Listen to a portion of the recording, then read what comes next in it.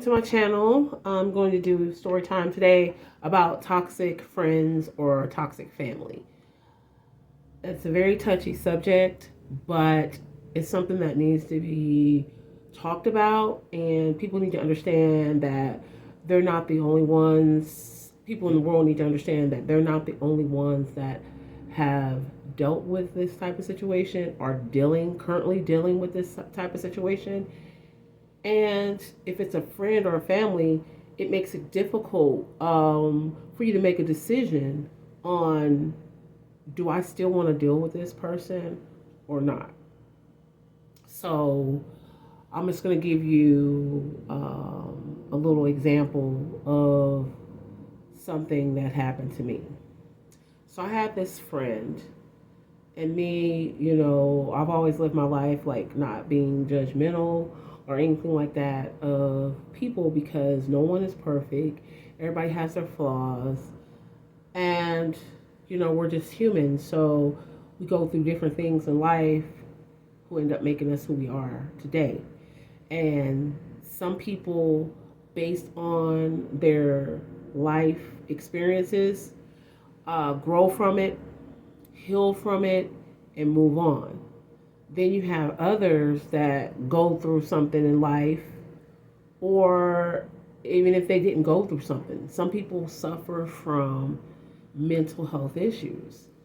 And sometimes when people suffer from two particular mental illnesses that can possibly make them toxic.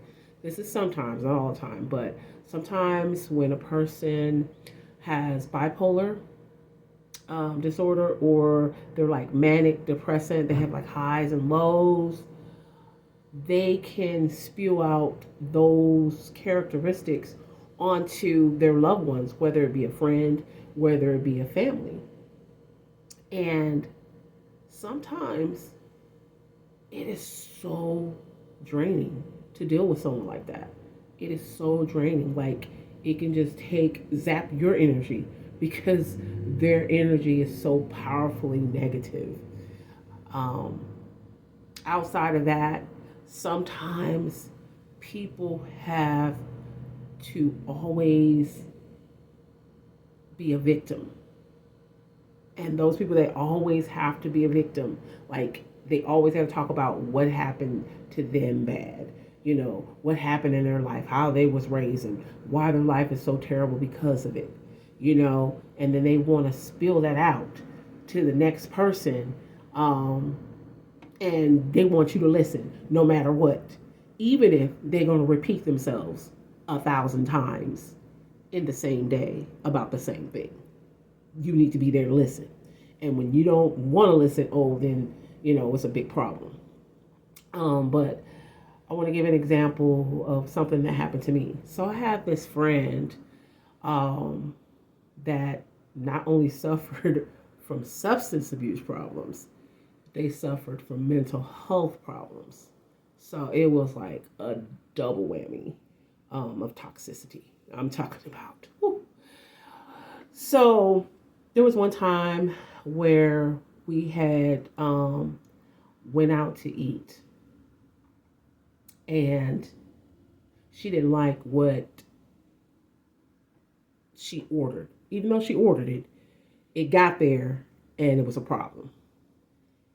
And she immediately was like, "Oh, this is nasty. I don't like this. I gotta take this back. They need to give me my money back. This is the, So she proceeds to call the waiter over to the table and says, "Oh, this is nasty. You need to send this back, and you need to take this off the ticket because I can't eat this. I don't like this. Can you give me something else?" And so the waiter was like, "Okay, no problem. Maybe go back and talk with the manager and see about getting that off the bill for you." So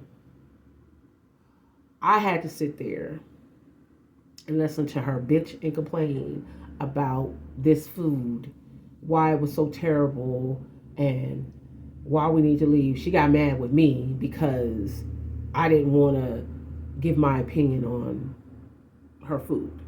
I just wanted to stay out of it. I was out public place trying to enjoy my food, and I just didn't want to entertain it, So I just didn't engage, and she got more and more furious. So at that point, I pretty much lost my appetite, and I said, when the waiter came, I said, "Can I get a to-go box, please?" And got my stuff and left. Okay. Second time around, same friend. We were out of town on vacation. Uh, just call ourselves trying to enjoy life and our fruits of labor, just have a good time, sit by the pool, sit by the fire pit, go to the hot tub, work out in the gym, just all the things to, make you feel like you're relieving stress. You know what I mean? Just relaxing. Well, the same friend decides she wants to get drunk. So she gets so drunk and belligerent, she makes this scene at the hotel and just starts screaming at the workers there, just started acting crazy. So they were like, "Hey, you're disturbing other guests. Can you please quiet down, or we're going to have to ask you to leave?" Oh, that really set her off. She just started acting even crazier. So they had to call security. So then security comes, and because, I don't want to assume, but it just seems like because she was more small in stature, the security didn't see her as a threat or anything. So he was letting her act a plum fool, like letting her kick doors, bang stuff, and just wasn't removing her. So the management had to come and say, "Hey, you are going to have to leave." And still, the security still was like gingerly handling her, and she was acting. When I say a plum fool, she was acting a plum fool, like yelling at the top of her lungs. She was, trying to damage the property of the hotel. And so in the end, guess what happened? And the hotel was in my name. I get kicked out of the hotel. I get banned from the hotel based on her actions because I was associated with her. So people learn from my mistake. You got to watch your association with people. And sometimes people, you can't take them everywhere. And sometimes you can't help everybody, because I tried to tell this friend that she had a substance abuse problem, and I didn't say it in a spiteful way. I just said you need to look at some of your actions, because there was other things she had did too that prove that she had a serious problem, to the point where she almost got in trouble with the law. She wrecked her car multiple times, and she was all by herself. So, if you have a car accident and no one else is involved but yourself, that's a problem. You got a serious problem. So you in denial if you think you wrecking your car multiple times by yourself with no one else involved, that you don't got a problem. Yeah, you in denial. So sometimes we have to know when to walk away. When to walk away from people like this that are so toxic and so negative and so out of control, to the point where they affect your livelihood.